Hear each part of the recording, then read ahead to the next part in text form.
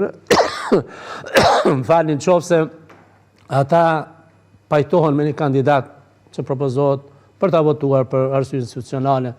nga vetëvendosja ose nga vetëvendosja që ta propozoj, edhe nga kjo varet, pra dy këto subjekte politike kanë qelsin dorë, që të propozoj një kandidat i cili është i pranueshëm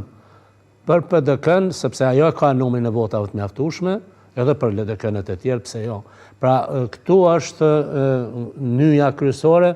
në dorë dhe përgjegjësia është në dorën qelsi, thash më parë, po përsëris, i zgjidhjes është në duart parsisht të vetëvendosjes, e cila do duhet ta propozonte një kandidat, edhe të bisedonte, pse jo, do të thonë takohen formalisht, mund diskutojnë edhe me telefon me PDK-n, i cili është i pranueshëm edhe për PDK-n, kjo do ta zgjidhte pa problem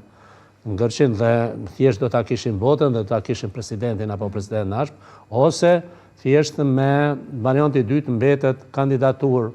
partijake e kësaj vetëvendosjes, të cilën nëse është Vjosa Osmani e përkrahin ose dikush tjetër, që mund të jetë kandidat i pranueshëm për LDK-n, edhe ta kemi, të paktën ta kemi afër këtë, sepse nuk mund të mbrihen 80 numra,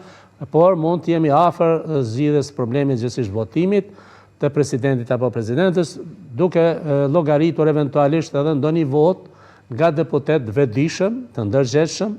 individual të partive tjera të cilët pa marrë parasysh qëndrimin e partisë e votojnë një kandidat. Profesor, shkurtimisht lutem për shkak edhe të hapësirës kohore, besoni se duhet të ndërrohet forma e zgjedhjes së presidentit të vendit, pikërisht për shkak të skenës politike dhe situatave të cilat po i kalojmë edhe tani? Po, patjetër, unë thash që